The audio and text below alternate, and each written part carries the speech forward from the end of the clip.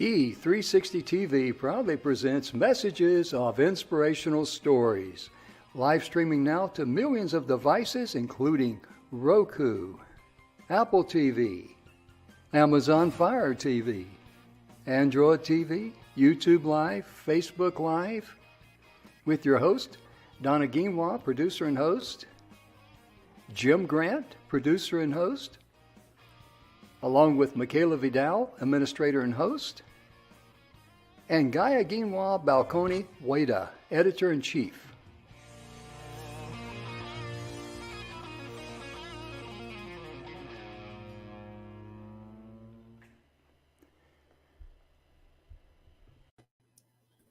Hello, ladies and gentlemen, and welcome to the show. The Messages of Inspirational Stories is proudly brought to you by the Good News Magazine. What's the name of that thing again there, Emerson? You remember? Hometown Good News Magazine. I just said that on purpose, just see if make him put his thinking cap on. Hometown Good News Magazine. It's going to be a magazine that's starting up. It's coming out. It's going to have a lot of great stories on it. We're also very honored to be a part of the Healing Acres Never Again. One of the founder there, Charlene, was going to be with us today. Charlene Fouts. She had to go to the doctor, and she's hadn't got released yet from the doctor, and so she wasn't able to make it. So Emerson, he was kind enough to join us on a very short notice.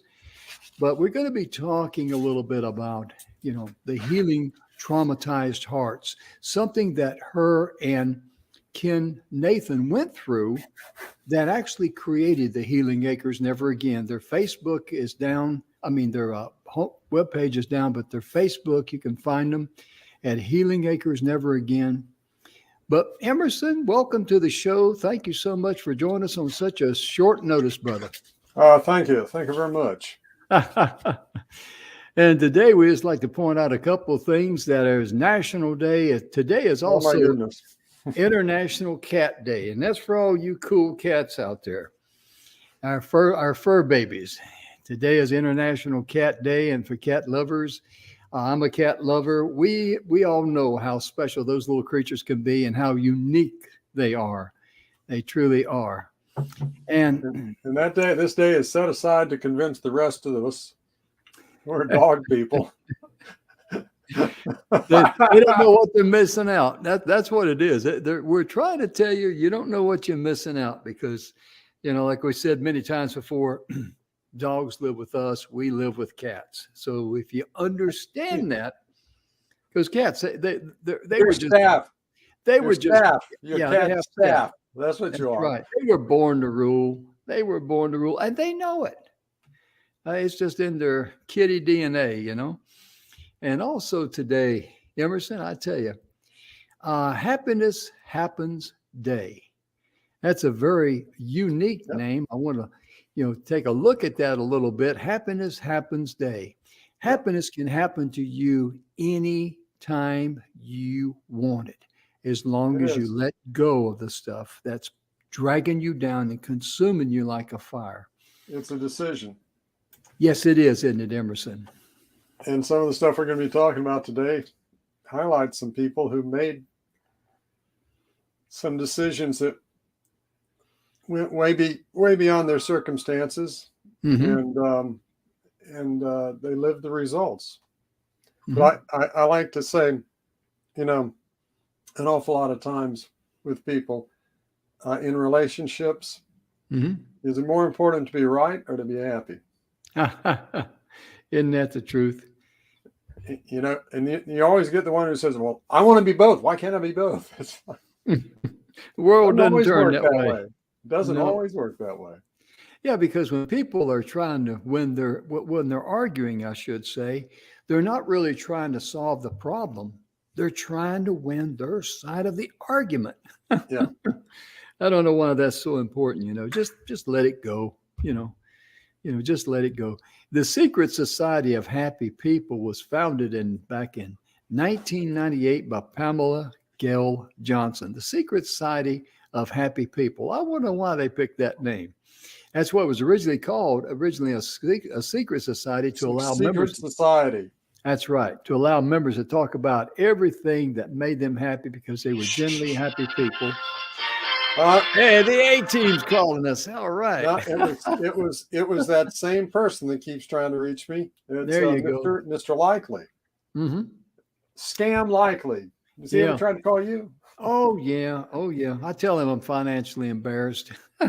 Or I'm not sorry, English, senor. I should have had it turned down, but there it is. Now it is. That's all right. You know, one of the ones I got to point out here, Jim, is National Leave a Zucchini on a Friend's Porch Day. Oh, okay. That's just a great. I mean, that sounds like the kind of a day I would pick. You know? Yeah. Just sneak over there and leave a zucchini over there, or how about a ear of corn or something? Whatever you got, right? And you know, I didn't realize that we eat zucchini all the time, but I had no idea that it wasn't even something in this country up until about the middle 1800s. It came over from Italy. Mm-hmm. So anyway, they're packed full of nutrients and they're great, and I like to grill them myself. Oh yeah. Or use them in stir fry. Yeah, I tell you. For those of you who are not into vegetables, you silly rabbits, you, or who your kids aren't, today's also Custard Day, National Custard Day. And custard being that creamy kind of ice cream stuff that comes out of machines, you know, as opposed to the real ice cream that you scoop. Oh, yeah. Anyway, yeah, I thought that was kind of neat. Oh, yeah. And I'm going to hit one more because, you know, tarantulas. Now, I know people that have a deadly fear of arachnophobia, but National Tarantula Appreciation Day. There you go. And most people would appreciate spiders a lot more if they never saw them. But out in Arizona, out in Arizona, I remember seeing the tarantulas out there. First time I ever saw tarantulas when I lived in Arizona, and they were big boys. They certainly were. First time I ever saw one in the wild was clear on the other side of the state from you, Orange, Texas. Orange, right there on the border. Yep. Right on the border between Texas and Louisiana, and we had pulled over for lunch or something. As many of the viewers know, my first marriage, my first family was from the valley, from South Texas. So we made lots and lots of trips all the way across the country. But we had lunch, and we're pulling out we're getting back up onto the interstate, and here's this tarantula walking across the entrance ramp, and this thing had to be the size of a basketball. Oh, oh my goodness. Yeah, it's kind of amazing. I was afraid to run over it. I was afraid its fangs would give me a flat tire. You know? Oh yeah. Take a bite out of them radials there. Back in the 8th century AD, tarantulas were actually mentioned in literature. It's the first time they were mentioned in literature. It was from the Roman poet Ovid in his poem Metamorphosis. And I know a lot of people have a deathly fear of tarantulas or any type of spider. I understand that, and I respect that. And personally, they don't bother me, but I don't want spiders around me. No question about it. I mean, there's a place for them, and their place is not in my place. There's a great scene from the movie Home Alone where the kid in it drops his pet tarantula on the bad guy's face, and the bad guy is laying on his back screaming, and he's for his friend to do something, and his friend takes a bat and just bashes his head to kill the spider and misses the spider. Oh my God. Oh yeah. That was a scream. It was so funny. But talking about traumatized hearts, Charlene Fouts, who also is one of our hosts here on the show, along with Ken Nathan, they both came from backgrounds. They met about 20 years ago, back in the 90s it was actually, at a church and they went to some type of a church meeting or something, revival, whatever it might have been. And most importantly, the thing was, they were caught up into, the trauma part of it, and they shared each other's story to each other, and they parted their ways. And then about, I don't know, several years ago, they saw each other, met up on Facebook, and they started exchanging they picked up where they left off. That's what I should say. Now, in the process of that, let me share first with you where Charlene was coming from. We had her originally on the original series where everybody was on Zoom and Facebook Live back in 2020. And we were all hoping every time we went to the grocery store, the first place we went was to the paper aisle for paper products, as you very well know.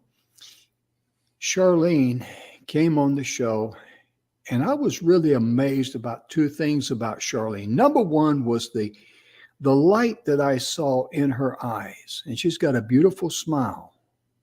And you would never, ever, ever think this lady came from that type of background. As a small girl, she suffered incest from her father. Think about the mental scar she had there.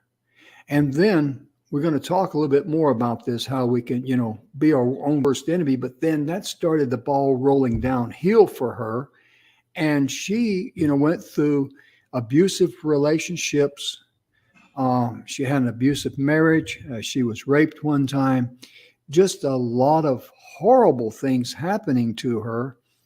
And as I'm sitting there, just like I'm sitting here now, and I'm just looking at her talk, because she had center stage, because I would just remove myself off to the side, but I'm watching her. And I'm looking at this lady's face, a very attractive young lady that's got a light in her eye, a smile in her voice, and she's just vibrating hope and energy. And yes, there is a tomorrow.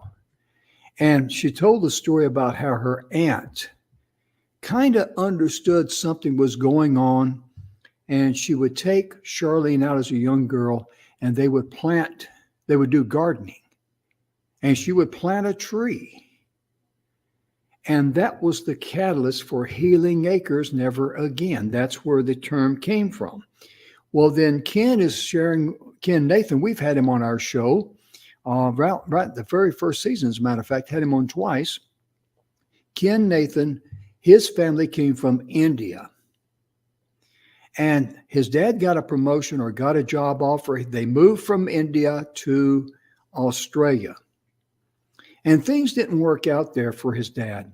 It was kind of like overpromise, underdeliver, I guess. And his dad drank some, and his dad would gamble some. And they were just, barely, making it. And his dad was on his way home late one night from work in 1985.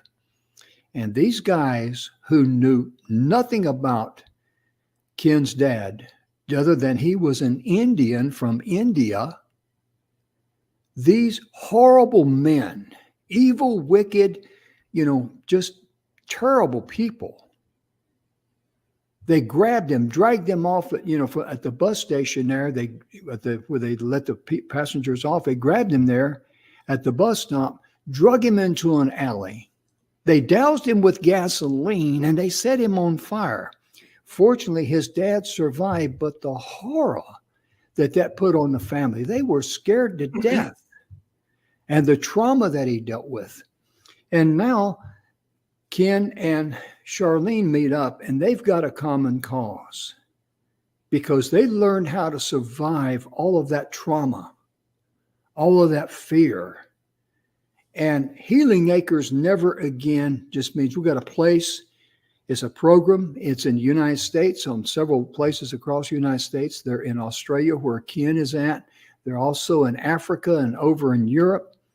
And it's a place where never again will we allow these things happen to you. And it's a wonderful, inspiring story of how two people from different walks of life came together for a common cause, to reach out and help people who are suffering from having a traumatized life. And Emerson, that is so important, isn't it? Yeah. I'm not going to use the term victim. No. Because in my experience, many of the people who have been through some of these traumatic experiences don't identify in their life as a victim. It's And like that's people very who important. it's like people have physical disability. Do not Don't insult identify them it. and say they're handicapped. That's right. It's not a handicap. The only people's handicap is me. I'm mentally handicapped. So that's a gimme. That's okay. But other than that, don't go there. But it's taken a long time to recognize, what we would call what happened to his dad today is a hate crime. Yes. Which is what it is. It may be a racial, maybe sexual. I did research when I was in college many years ago on rape in the town that I went to college in, Tallahassee, FSU, and had a lot of resistance from the law enforcement community and all. Why are you interested in all of this? And I was collecting data and numbers, and I found some really amazing things, but it changed my entire attitude about assault, sexual assault in that case, but it also extends out to physical and verbal and everything else. And I interviewed people who were convicted rapists in that. And what was amazing to me was, I'm going to be very graphic here, ladies and gentlemen, is that the people who are convicted rapists would say things like, when it comes over me, I don't care. It can be a car, it can be a tree, and I have an axe. And the whole idea was, I always assumed, like many people do, that those are sexual crimes. And they are from the physical standpoint. Right. Don't get me wrong. But they're really crimes of anger and power and low self-esteem and all sorts of drivers that person is putting down, pushing down, holding down somebody else's life. And they have total control. It's about control. And it's about those things. And it's sad and it's sick. And the person who is the recipient of it has nothing at all to do with any of that. No, they just happen to be there. Like the guy said, it can be a car that he's gunning at 120 miles an hour, and it can be, a tree he's cutting down. He doesn't care at that moment. So they're not even seeing the victim, and I'm using the term here as victim. They're not even seeing their victim as a person. They're not really, in many cases, even seeing them in a sexual way. It's about power. It's about their own lack of esteem and their own lack of empowerment that they can take it out on somebody else. Wow. And the challenge is, on one side, making it healing anchors never again. But the challenge is taking that and doing everything we can to eliminate it, doing everything that we can to contain it. But for the person that's the recipient of it, is creating the support network and that emotional, mental, loving, sometimes financial, sometimes safety, whatever types of things are needed in order to help them rebuild their life. And I'm just going to digress for just a moment, Jim. You and I have talked about this before on the show. I had a serious head injury a couple of years ago. You had a serious heart surgery, heart surgery. And a lot of times people talk about when we get back to, when things are back to normal, in our economy, or when you'll be 100% again. That's not what any of it's about. And in terms of trauma, for anybody who's suffered trauma, and I think you and I qualify on at least one level for that, to be able to say, I don't look at needing to be 100%. What I look at is every day of my life improving. Every day better and better. Every single day finding the joy, finding the peace, finding the empowerment, finding the self-awareness and the ability, not just for me, but the ability that we all need, and that is to be able to be a blessing to somebody else as well, because that's where real value comes from, is to be able to be that blessing to somebody else. You're absolutely right, because, ladies and gentlemen, after my mild heart attack, it was a mild heart attack, I had a condition in my heart known as the widowmaker, and that's a serious condition that you have in the heart. And I had to have, I was going to go in for stents, and they found out after they had me in there, the stents won't work for you, Jim. You got to have open heart. The first time I heard the word cabbage, CABG, they use these acronyms, doctors do, and they have these funny handwritings you can't read. And so, what in the world am I going to do with cabbage? And I found out it stood for coronary artery bypass grafting, which means they'll take the veins out of my legs and they will graft the bypasses from below the blockage to above the blockage and all that. And people have said things, oh my gosh, Jim, that must have been a surreal moment for you, or, I'm so sorry it happened. And I said, really, I'm glad it happened. It was a blessing in disguise, because I had a mild heart attack. I had to have surgery to get it corrected. Well, and you weren't even aware that you were having one when they caught it when you were in being checked. Yeah, it's how smart I am, and, I'm telling them, hey, we can just drive on over from the ER to the hospital. And they says, no, you don't realize how serious a condition you're in. Your blood pressure is 190 over 111.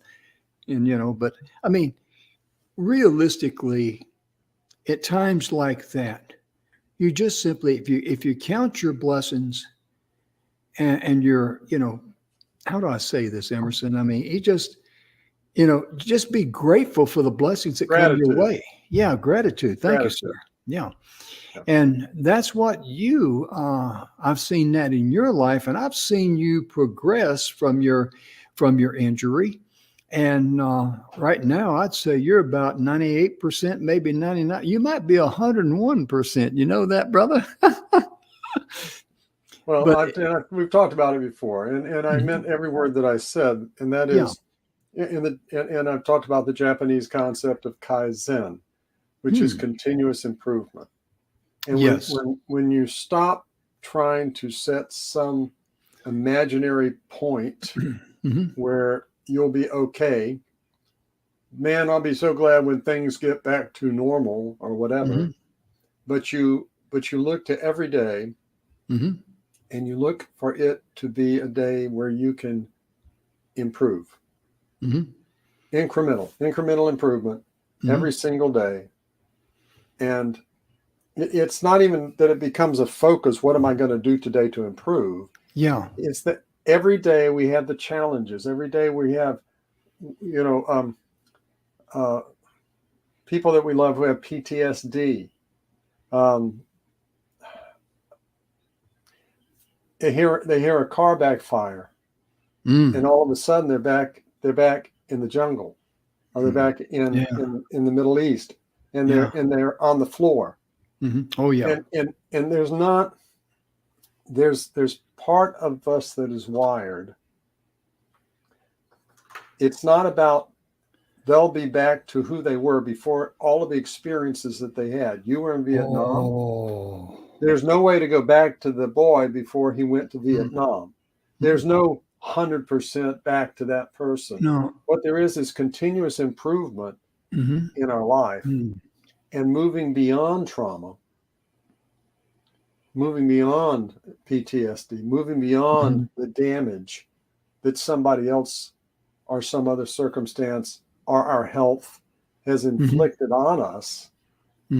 That's where our joy comes in, our happiness comes in, that's where empowerment comes in, and that's where we're now able to reach out and affect other people's lives, which brings more meaning and more empowerment into your own life. You know, when I came back from Vietnam in 1970, there was no one there for me. I was just 21 years of age, and I knew I shouldn't have come back alive. So therefore, I did not realize I was carrying the guilt complex.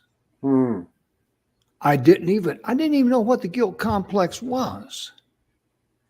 The only thing that I knew is that when I got home, we sat down, a few days later, of course, not the same day, but a couple of days, on the weekend, my family came over. We're going to have a family dinner, and we're all eating.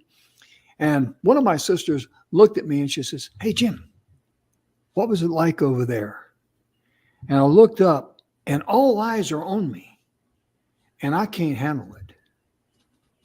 And I got up and I walked down. Excuse me, I got to go to the bathroom. I walked down the hallway, sat down in my room, and all the things that I had in my room, the model cars I put together, it seemed like there was a 10-year gap from the guy that left the room to go in the Army in April of 1968 to the guy that came home right before Mother's Day of 1970 after serving 69 and part of 70 in Vietnam.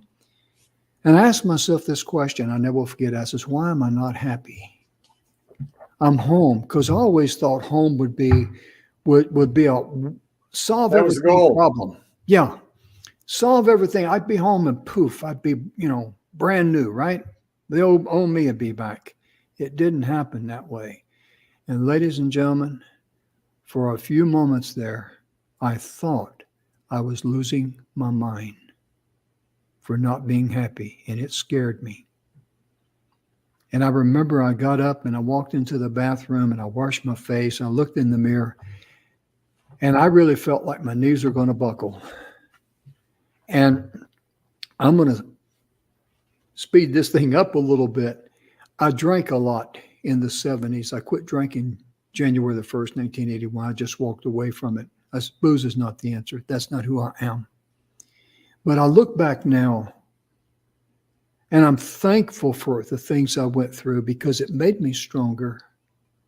It made me appreciate the finer things of life, like love and friendship and family.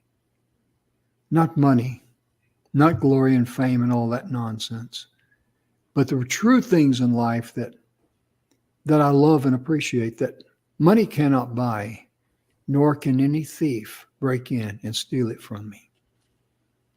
And, so I would never consider myself to be a victim of the Vietnam War, not at all, or blame anything that's going on in my life because I served in Vietnam.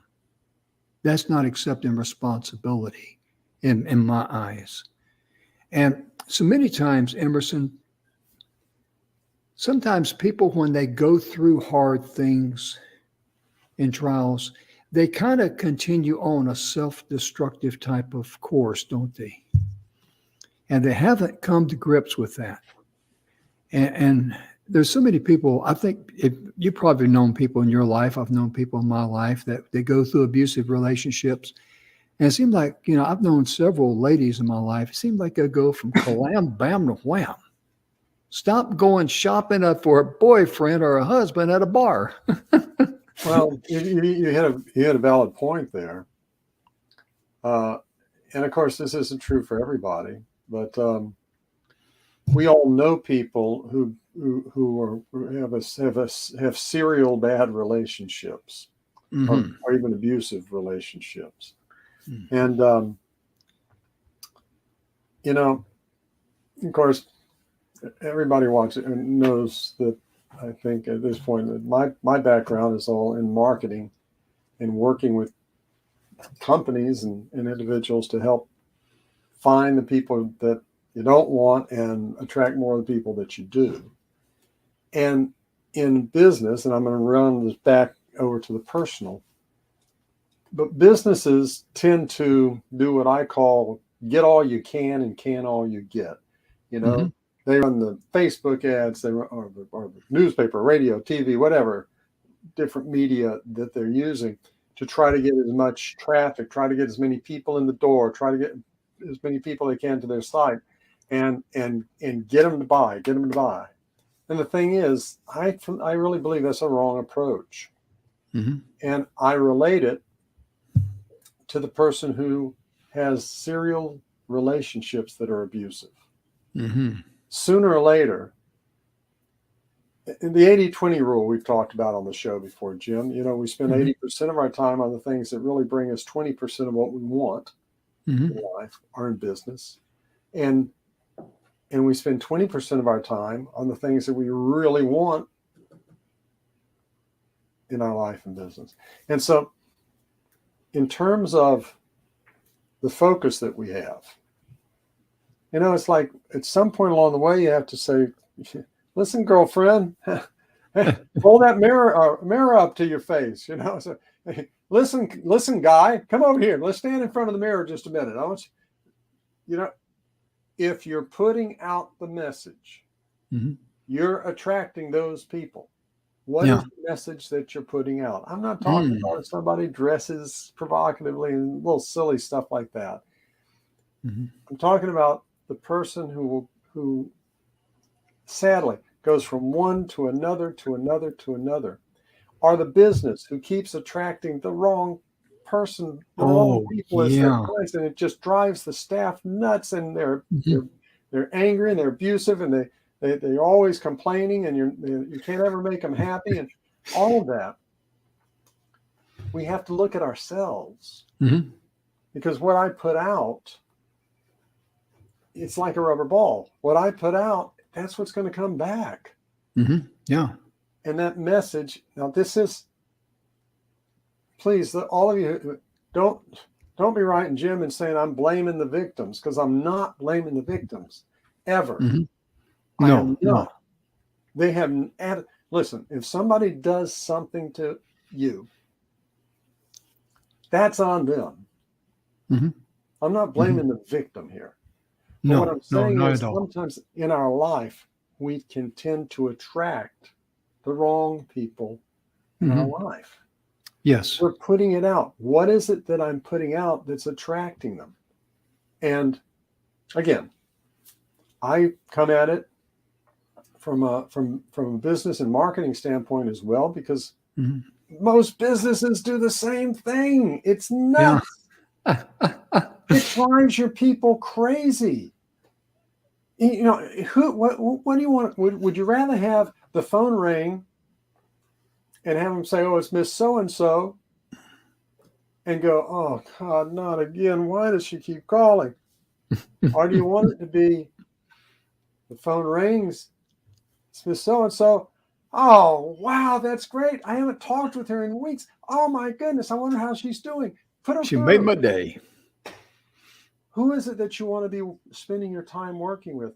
Now, in your private life, who is it that you really want? And Jim, I'm going to take it a step further. Okay. Because you've been through some of the marketing training that I do for companies and corporations. But it starts with that message that we're putting out. You can change who you are attracting and what you are attracting in your life. I'm a believer in the law of attraction. I'm also a believer in the law of repulsion. You can repel the things that you don't want, and you can attract the things that you do. You can repel. You don't have to be rude, mean, nasty, ugly, or they may not even be aware that you're doing it. But you're putting out the vibes. You're putting out the energy, as Jim likes to say. You know, you're putting out the message that's attracting those things. That's personal responsibility in our life. Yes. It's not responsibility. You're not responsible for somebody else doing something that or acting in a certain way or taking advantage of you or any of those things. You're not responsible for them and what they do. but we are responsible for ourselves and what we're putting out. It's easier to begin to think in terms of putting out the message that is attracting what you want and repelling what you don't want. That's a lot easier than just getting the good and the bad and the ugly and then having to sift, sort, and separate and go through all of that mess. It's true in business. It's true in our personal lives. It really is. You know what I mean, Jim? Oh, yeah. It really is. I'm glad you brought that out because, a lot of people, they don't realize that they're going, that they're actually sending that type of information out. And I remember you sharing this story one time or talking about there was either a company or individual that was, there was no way you could actually please the person or the company. And you in a nice way that you would say, or you said, there's another company I know that's better equipped to meet your needs. And what happened was, and correct me if I'm wrong, you made that introduction and the other company or group went over there and it was a win-win situation for them. And they loved each other. Yeah. But for you, that freed you up to allow you to attract the people that you could help, because there's some people you just can't help in this world, Well, and I even call that, and this goes back to an old movie. Now they remade the movie, but an old movie called Miracle on 34th Street. Oh yeah, Santa Claus, the real Santa Claus, was in it, and skeptical little girl, and anybody who hasn't seen it, check it out. It's a great old movie. But there's this scene in there where this lady is trying to find this toy. Oh, yeah. And Santa takes his thing out of his pocket, takes his notepad out, and he goes, "They don't have it here. But if you go over to this store, and here's the information, and here's how much they are, and oh my goodness, they have a great selection of them." And she looks at him, she goes, "I don't get it." Gimbals, I think the department store was Gimbals in the movie. Gimbals referring people to other stores. She goes to the store manager. "I don't get it. Well, this gimmick, sending customers to this other store. I think it's great. I can't believe that you did that. I'm going to do all my shopping here at Gimbals from now on. I just don't get it. I can't believe it." He ended up getting fired over it, but that's anybody who's seen the story knows how it all ends. Oh, yeah. That, I call it the Miracle on 34th Street. It's not your job to please everybody. Yeah, and exactly. Not only is it not your job, you are not physically, mentally, emotionally, financially, or any other way capable of pleasing everybody. You just can't do it. If you own a business, I'll put it to you in business terms. Even Coca-Cola doesn't have the entire market. McDonald's, they don't have the entire market. There are people who will not eat at McDonald's, and there are people who will not eat at Burger King. And I'm just pulling some names out of the air right now. Everybody will understand what I'm doing. But I'm saying nobody can serve everybody. Nobody can please everybody. So figure out what you don't want, who you don't want, and the things you don't want in your life, and then focus on the things that you do, and split those two out. And whenever a person is coming back, dealing with trauma and problems that they've encountered in their life, I really like what you pointed out there earlier, Emerson, about how they were in a control situation by a sick mind. Let's call it what it is. The sick individual did not realize that person was a human being. That they person didn't care if they did. Didn't care. Yeah. Didn't care. So that has nothing to do with you, because I know a lot of rape.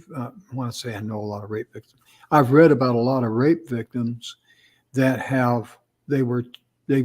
first thing they want to do is go home and take a shower. I'm speaking about the ladies. And it washes away evidence. And many of them, it used to be Emerson, back, and as sad as it used to be rape victims were actually afraid to come forward and file a complaint because some knucklehead in society would say it's their fault. Oh, that's been classic. Oh, yeah. Yeah. That's about it. And for those knuckleheads out there who think that a lady, it's her fault, I feel sorry for you for being that ignorant and undereducated. Because as Emerson so, plainly pointed out, that this person doesn't care if it's a car or a tree or a human being. They don't even see the human being. It's all about them having power and control. And, they have a very low self-esteem. That's why, I think it's in Proverbs where it talks about jealousy is a form of hatred and it wounds cruelly. And that's so true. So you think about, I used to be jealous when I was younger of my wife. I'll admit it. I'm not anymore. She of course, one look at me and I can understand why she's not jealous of you, But my point being is that when I read that, I didn't like what it said. Because it said I didn't love my wife the way I should have if I was jealous of her. That's a checkup from the neck up, isn't it, Emerson? Mm-hmm. That's a hard pill to swallow, but you can't run from truth. And there's a whole. I'm not going to call it. It's not underground. It's just a little side current. There's a whole movement, or a whole growing number of men known as incels. Okay, which stands for involuntarily celibate, and they blame women basically. They blame women, and so they do some awful things online, and the point is they don't take the personal responsibility for themselves, and they blame women. That's the coward's way out, isn't it? It's not my fault; it's their fault. I mean, really, it is. But it's the thing is their own self-esteem and other issues, which I'm calling them that. They would call it reality, because perception. Write this down, folks. If you've never heard this before, perception is reality. Your perception it becomes your reality, and their perception is what I just described. And so for them, that is their reality. And being jerks, being ugly, hounding people online and doing all sorts of other things and worse, and physically and everything else, in their mind, that's the reality is somehow, they're justified, and it validates them. That's a self-esteem thing. That's a mental and emotional issue. The thing is, the people who are their targets, it's not anything that they did. It's not anything about them that's the core of that. I'm responsible for me.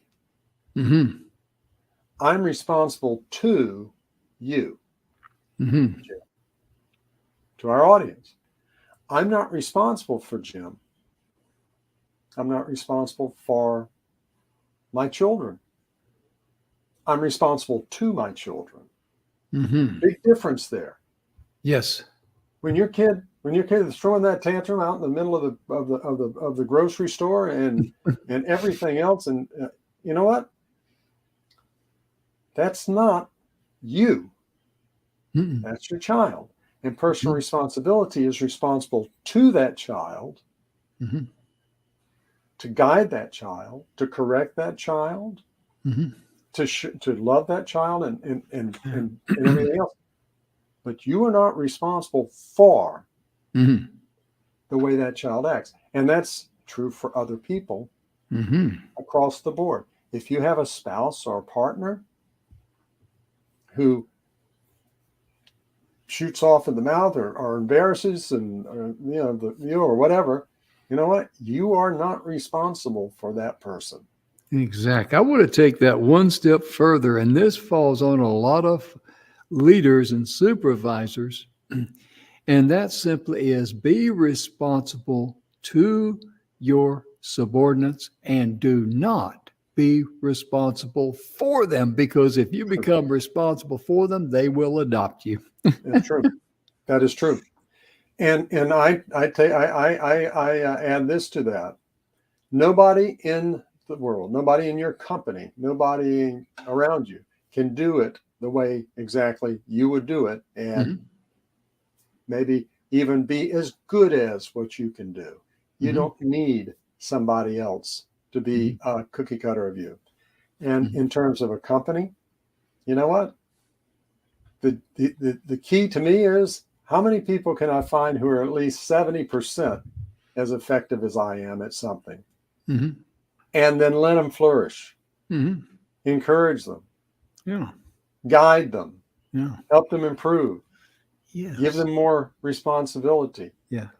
Give them more leeway. Maybe they did it a little differently, but let's see how it works out, and let them learn. Let them grow.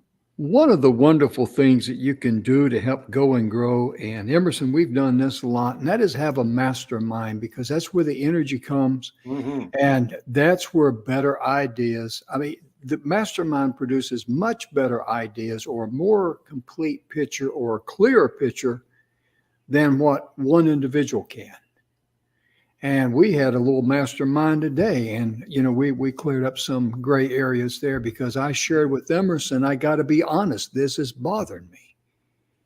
We're not up to where we're not good enough, but see, the point of it is that to have the courage to be honest, people will appreciate that and will encourage participation. And guess what? The energy and the wisdom from Emerson, it solved something that was gnawing at me. And the point being, not to sound insultive, but I might not, or you may not be smart enough to figure that out on your own. Because sometimes we can get consumed by a problem or worrying about something, and it can preoccupy our time. It can cloud good judgment, and that's why the energy from a mastermind is so valuable. And we've had many masterminds, and Emerson's such a nice guy. He says, "Okay, Jim, we're going to have a mastermind, but you're not going to mind, so that's okay. I'm going to love you anyway." Well, we had with a partner, we had a mastermind during COVID, and we had somewhere in the neighborhood of 240, 250 different national speakers that joined that mastermind. And the whole objective was, we don't want to come together and talk about how bad things are, who's doing this, who's doing that, politics, this or whatever. But we want to come together, bring our best to the table.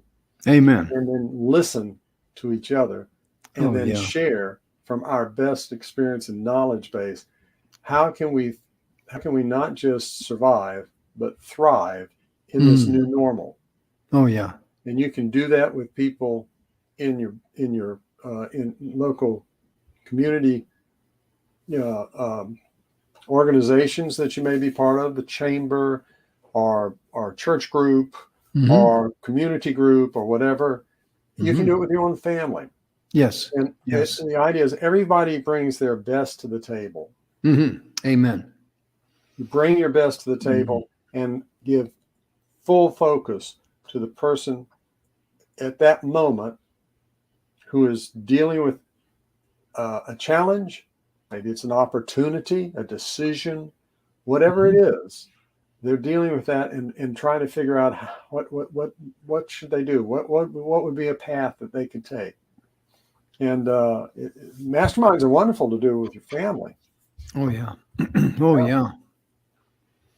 But also people in your community, people at your church, like I said, sure, or other business organizations.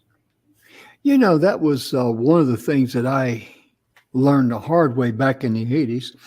I was serving on the board of a local fire department. We were a small community fire department, neighbor helping neighbor.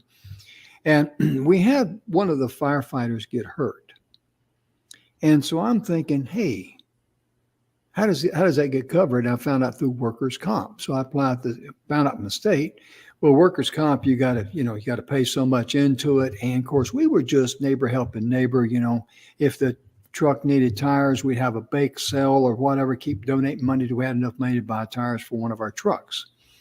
And the ladies out there, they taught me how you could take this is out in Arizona now, you could take a 5-gallon bucket of water and a mop and put out grass fires. They did it very, very well. Just dunk that mop, boom, because it would smother out the oxygen. With no oxygen, there's no flame. And so I get on the bandwagon.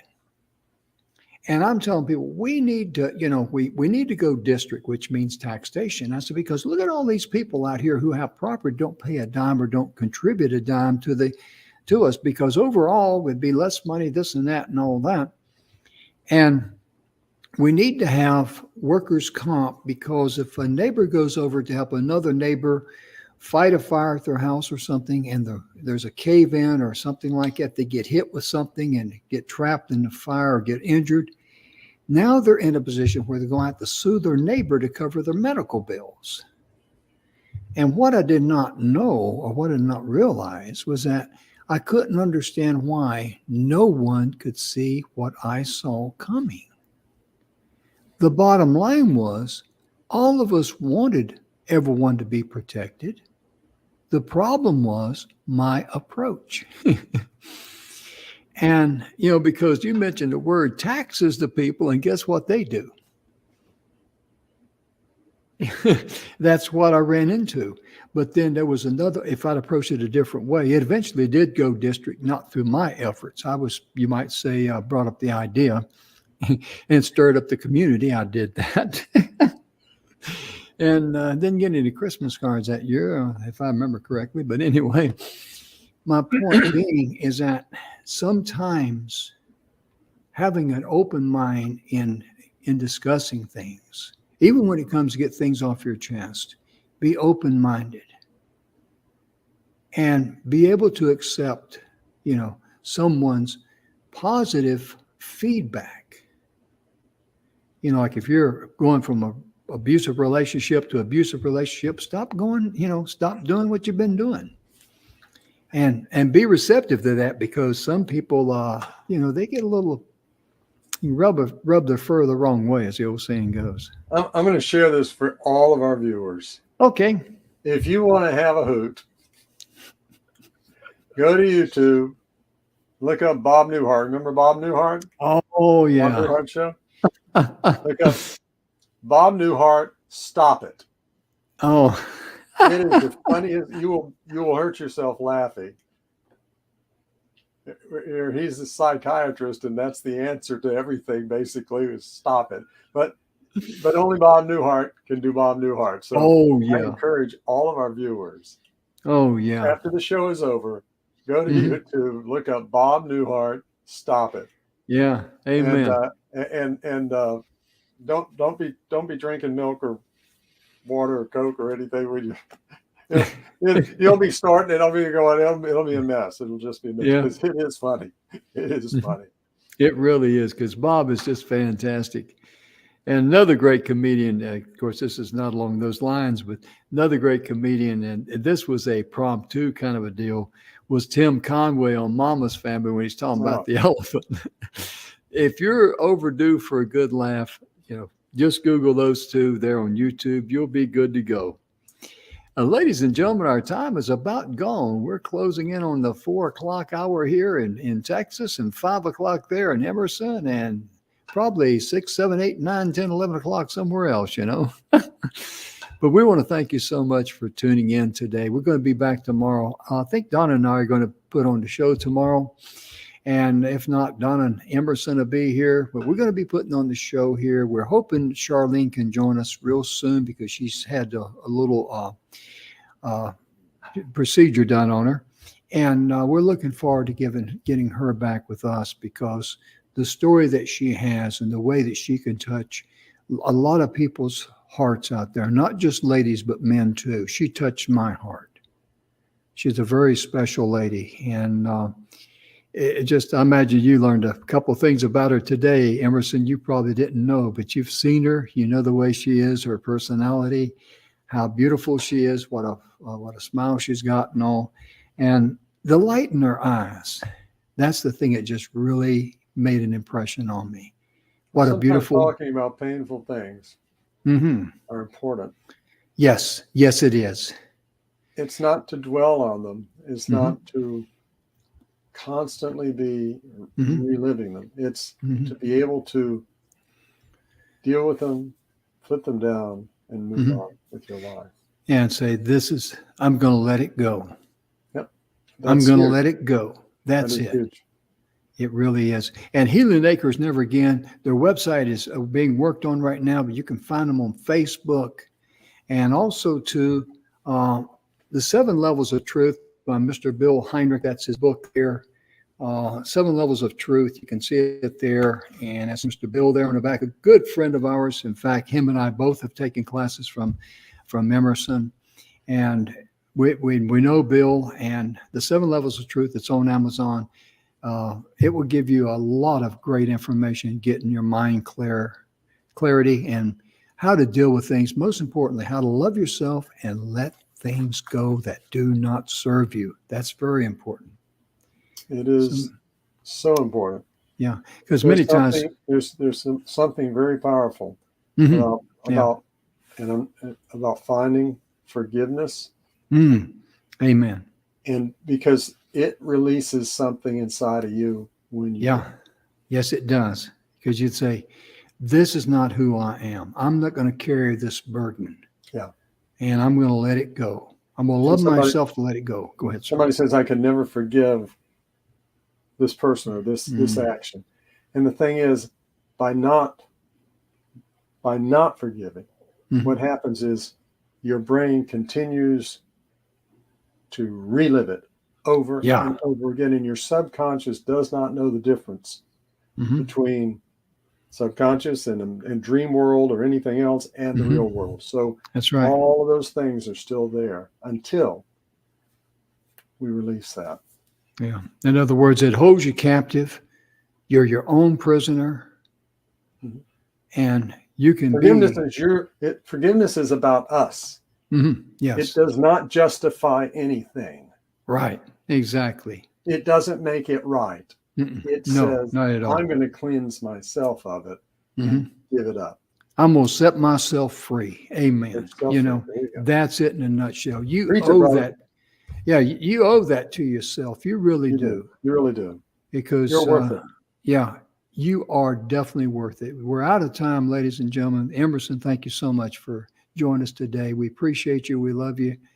And you're just a heck of a nice guy. I kind of like you too there, partner. Oh, thank you. Thank you very much. Well, ladies and gentlemen, we'll be back tomorrow, same time, same station. We look forward to sharing. Tell everyone you know. Okay. Watch the show. There you go. There you go. We'll see you later, ladies and gentlemen. Have a good